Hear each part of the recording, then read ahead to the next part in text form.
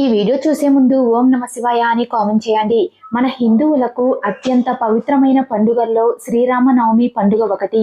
ఈ నెల మార్చి 27వ తేదీ శుక్రవారం రోజు శ్రీరామనవమి పండుగ వచ్చింది. ఈ సంవత్సరంలో వచ్చిన శ్రీరామనవమి చాలా పవిత్రమైనది. ఈ రోజున ఎన్నో శుభయోగాలు ఏర్పడ్డాయి. శ్రీరామనవమి పండుగ శుక్రవారం రోజు రావడం ఇంకా విశేషం. కాబట్టి శ్రీరామనవమి పండుగ రోజున చేసే పూజలకు రెట్టింపు పుణ్య ఫలితం లభిస్తుంది. ఈ సంవత్సరం అంతా డబ్బు కష్టాలు లేకుండా ఆయురారోగ్యాలతో అష్టైశ్వర్యాలతో సుఖ సంతోషాలతో జీవిస్తారు. శ్రీరామనవమి పూజ చేసేందుకు శుభముహూర్తం, పూజా విధానం, పాటించాల్సిన నియమాల గురించి ఈ వీడియోలో తెలుసుకుందాం. వీడియోని స్కిప్ చేయకుండా చూడండి. శ్రీరామనవమి అంటే శ్రీరాముడు జన్మించిన రోజు. ఇదే రోజున సీతారాముల వారి కళ్యాణం కూడా జరిగింది. వాల్మీకి రామాయణం ప్రకారం శ్రీరాముడు పునర్వసు నక్షత్రం కర్కాటక లగ్నంలో సరిగ్గా అభిజిత్ ముహూర్తంలో అంటే మధ్యాహ్నం 12 గంటలకు శ్రీరాముడు జన్మించాడు. కాబట్టి శ్రీరామనవమి రోజున ఇంట్లో పూజ చేసేవారు మధ్యాహ్నం సమయంలో అంటే అభిజిత్ ముహూర్తంలో మాత్రమే ఇంట్లో రాముడిని పూజించాలి. భద్రాచలంలో సీతారాముల కళ్యాణం కూడా మధ్యాహ్నం 12 గంటల నుండి ప్రారంభమవుతుంది. అయితే ఇంట్లో పూజలు చేసుకునేవారు ఉదయం 11 గంటల 6 నిమిషాల నుండి మధ్యాహ్నం 1 గంట 30 నిమిషాల లోపు పూజలు చేసుకోవచ్చు. ఇక బ్రహ్మముహూర్తంలో పూజలు చేయాలనుకునే వారు ఉదయం 4:30 నుంచి 5:30 లోపు చేసుకోవచ్చు. ఈ శుభ గడియల్లో ఇంట్లో పూజ చేసుకుంటే ఈ సంవత్సరం అంతా మీకు బాగా కలిసొస్తుంది. శ్రీరామనవమి శుక్రవారం రోజు వచ్చింది కాబట్టి ఇంతటి పవిత్రమైన శుక్రవారం రోజు ఉదయం నిద్రలేచి ఇల్లంతా శుభ్రం చేసుకుని ఇంటి గడపలకు పసుపు రాసి కుంకుమ బొట్లు పెట్టి ఇంటి ముందు లక్ష్మీదేవికి ఇష్టమైన అష్టదళ ముగ్గు వేసుకోవాలి. ఇక మీ జాతకంలో అదృష్టం పెరిగి అఖండ రాజయోగం వరిస్తుంది.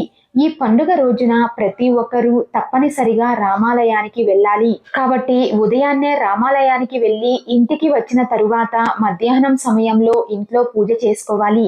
శ్రీరామనవమి రోజున ఇంట్లో పూజ చేసేవారు సీతారాముల విగ్రహాన్ని కానీ చిత్రపటాన్ని కానీ ఇంటికి తెచ్చుకొని పూజ గదిలో పెట్టుకోండి. సీతారాముల ఫోటోకి కుంకుమ బొట్లు పెట్టి చామంతి పూలతో నిండుగా అలంకరించుకోవాలి. సీతారాముల పటాన్ని నిండుగా అలంకరించుకున్న తరువాత ఒక 5 తమలపాకులను తీసుకొని ఒక్కో ఆకు పైన గంధంతో శ్రీరామ అని రాసి మీ పూజ గదిలో పెట్టుకోండి. అలాగే పూజ ప్రారంభించే ముందు అక్షింతలను కూడా సిద్ధం చేసుకోండి. పూజలో పెట్టిన అక్షింతలకు చాలా దైవశక్తి ఉంటుంది. ముఖ్యంగా పండుగ రోజున ఇంట్లో పూజ చేసేటప్పుడు ఆవు నెయ్యితో దీపారాధన చేస్తే చాలా మంచిది.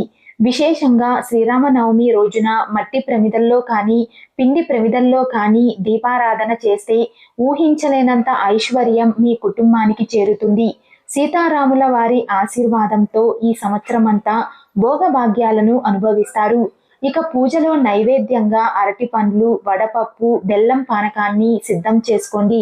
విశేషంగా శ్రీరామనవమి రోజున పూజ చేసేవారు పసుపు రంగు వస్త్రాలను ధరించి ఇంట్లో పూజ చేస్తే మీ పూజకు రెట్టింపు పుణ్య ఫలితం లభిస్తుంది. ఇంట్లో పూజ చేసే సమయంలో జై శ్రీరామ్ అనే నామాన్ని కనీసం 108 సార్లైనా జపించండి. ఇక చివరిగా సీతారాములకు హారతి ఇచ్చి పూజ గదిలో ఉన్న అక్షింతలను తీసుకొని మీ ఇంట్లో ఉన్న ప్రతి ఒక్కరూ తలపైన వేసుకొని రాముల వారికి నమస్కారం చేసుకుంటూ మీ మనసులోని కోరికను చెప్పి 5 ప్రదక్షిణలు చెయ్యండి.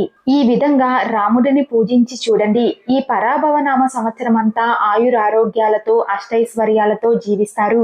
ఇక మీ ఇంటి ఆదాయం రెట్టింపు కావాలంటే ఈ పవిత్రమైన శ్రీరామనవమి రోజున ఒక ఎరుపు రంగు వస్త్రం తీసుకొని అందులో 5 యాలకులను వేసి ఆ వస్త్రాన్ని మూట కట్టి ఆ యాలకుల మూటకు కర్పూర హారతి ఇచ్చి ఆ మూటను మీ బీరువాలో పెట్టుకోండి.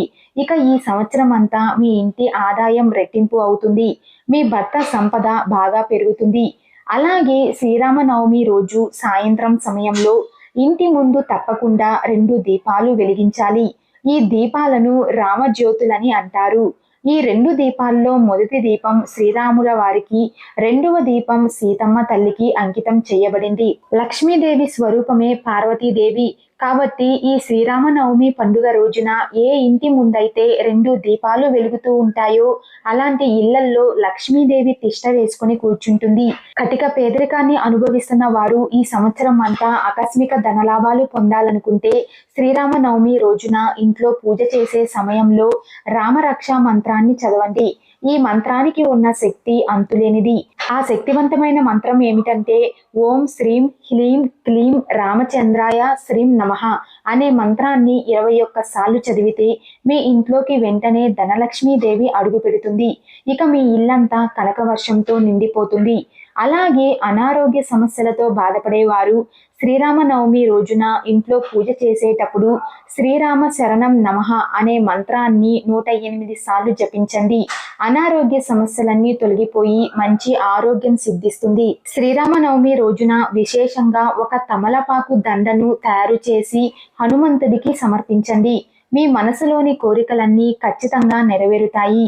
ఈ రోజున రామాయణాన్ని చదివినా లేదా రామాయణాన్ని విన్నా సరే కోటి జన్మల పుణ్య ఫలితం లభిస్తుంది. ఇక శ్రీరామనవమి రోజున పొరపాటున కూడా మాంసాహారాన్ని తినకూడదు. మద్యపానానికి దూరంగా ఉండాలి. ఈ రోజున ఉపవాసం ఉంటే చాలా మంచిది. ఒక్క పూట ఉపవాసం ఉన్నా సరే మీ పూజకు రెట్టింపు పుణ్య ఫలితం లభిస్తుంది. ఈ రోజున మీరు తీసుకునే ఆహారంలో ఉల్లిపాయ వెల్లుల్లి లేకుండా చూసుకోండి. కుజదోషంతో బాధపడేవారు శ్రీరామనవమి రోజున కొబ్బరి నూనెతో దీపారాధన చేస్తే కుజదోషం నుండి విముక్తి పొంది మంచి వివాహ సంబంధం కుదురుతుంది. ఈ వీడియో మీకు నచ్చినట్లయితే లైక్ చేసి షేర్ చేయండి. ఇలాంటి మరిన్ని అప్డేట్స్ కోసం మా ఛానల్ని సబ్స్క్రైబ్ చేసుకోండి.